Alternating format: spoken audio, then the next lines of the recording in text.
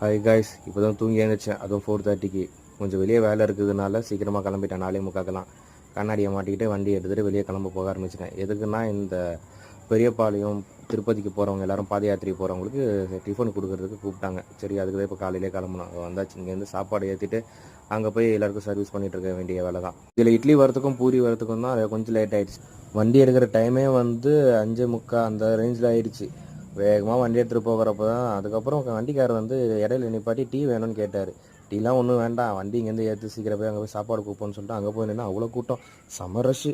சீக்கிரமாக முடிஞ்சிருச்சு. இல்லை டக்குனு இடையில மழை வேறு, எல்லாம் தார்பாய் வேறு போட்டுட்டு கொஞ்ச நேரத்துக்கு இவங்கெல்லாம் பிளேட்டில் வாங்கி சாப்பிட்ருந்தாங்க. இந்த டைமில் நானும் கொஞ்சம் சாப்பிட்டுட்டு காஃபி கொஞ்சம் குடிச்சிட்டு அங்கேருந்து கிளம்ப ஆரம்பிச்சிடும். பொருளாக எடுத்துகிட்டு கொஞ்சம் பேலன்ஸ் டிஃபனாக இருந்ததுனால ஒரு இடத்துல போய் வண்டி நிப்பாட்டி அங்கெல்லாம் கொடுத்துட்டோம். அதுக்கப்புறம் வந்து ஒரு கோயிலுக்கு சாம்பார் சாதம், பிரிஞ்சி சாதம், தயிர் சாதம், ஒரு புட்டிங்க இதெல்லாம் கொடுத்துட்டு அங்கே போய் அவங்களுக்கு டெலிவரி பண்ணி முடித்த பிறகு தான் டைம் ஆச்சு வீட்டுக்கு போகிறதுக்கு.